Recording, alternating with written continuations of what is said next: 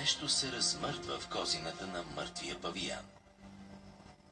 Лехадема не го забелязва веднага. От плячката й изпада бебе, родено само преди ден. Вместо да го захапе за шията, както се очаква, Лехадема се спира. После ляга до павиянчето, несигурна как да реагира.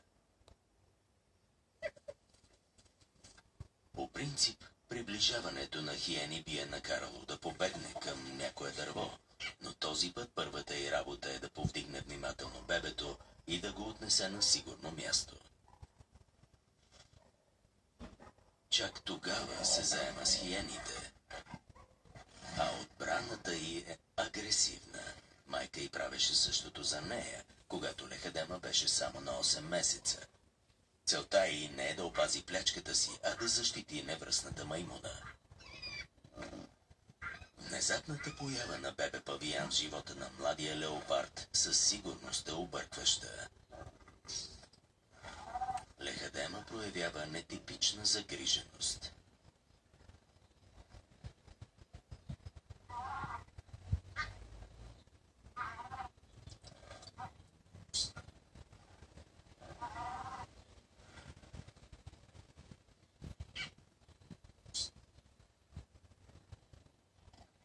Изглежда завладяна от вътрешен конфликт.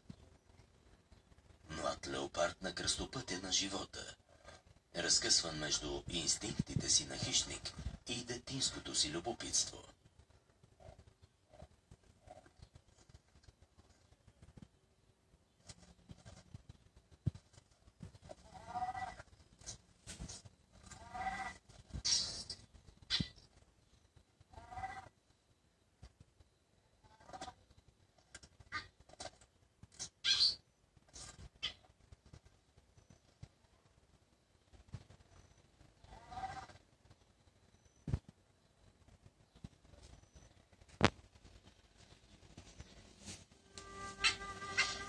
Може би, когато повдига бебето по същия начин, както тя е била носена като малка, в сърцето й проблясва искрица на майчина загриженост и състрадание.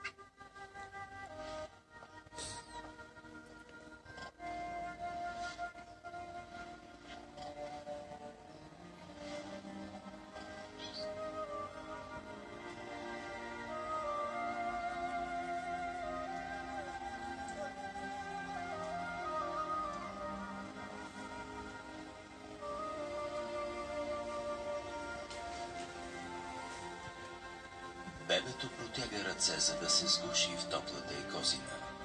Така те заспиват заедно. Прегръщат се с часове в зимната хладина.